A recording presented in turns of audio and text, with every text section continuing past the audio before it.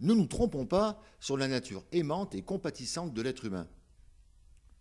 Ce dernier, c'est bien entendu aimer. Aimer avec un grand A.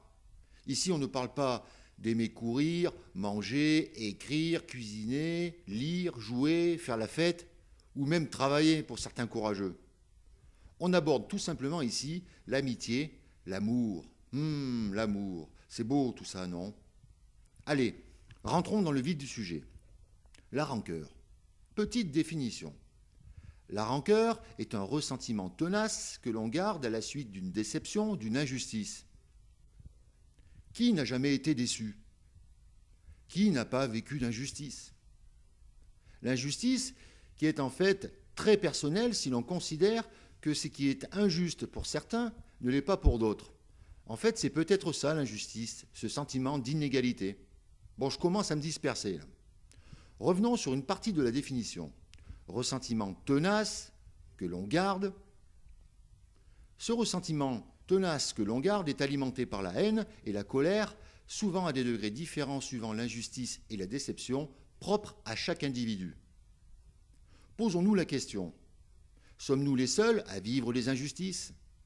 D'ailleurs, posons la question à notre entourage. C'est là peut-être le début d'une grande communication. Pourquoi la plupart des personnes vivent un jour une déception? L'être humain, dans toute sa splendeur, dans une attitude égoïste, égocentrique, se projette et imagine un futur tel qu'il le désire, en oubliant qu'il n'est pas seul sur Terre, que ses désirs ne sont pas des réalités et que les individus interagissent. Ce qui fait, vous le comprendrez, la complexité de la société dans laquelle nous vivons. Naturellement, les choses sont simples, mais nous les trouvons compliquées.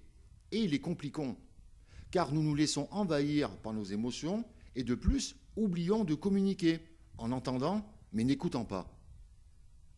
Lorsqu'un jour, quelqu'un vous a demandé pardon, n'avez-vous pas ressenti une émotion positive, un sentiment de joie, de satisfaction personnelle en vous disant que ces bonnes vieilles valeurs ne sont pas perdues?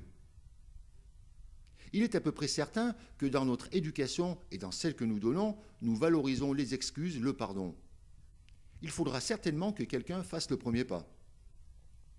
Si vous réalisez que nous sommes tous confrontés à nos problèmes et que vous travaillez sur le respect d'autrui, alors c'est un début de compassion qui vous guidera vers le pardon et surtout le bonheur. En fait, c'est super simple.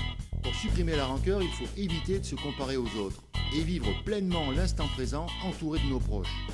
Et n'oubliez pas, il n'existe rien d'irréalisable par l'exercice.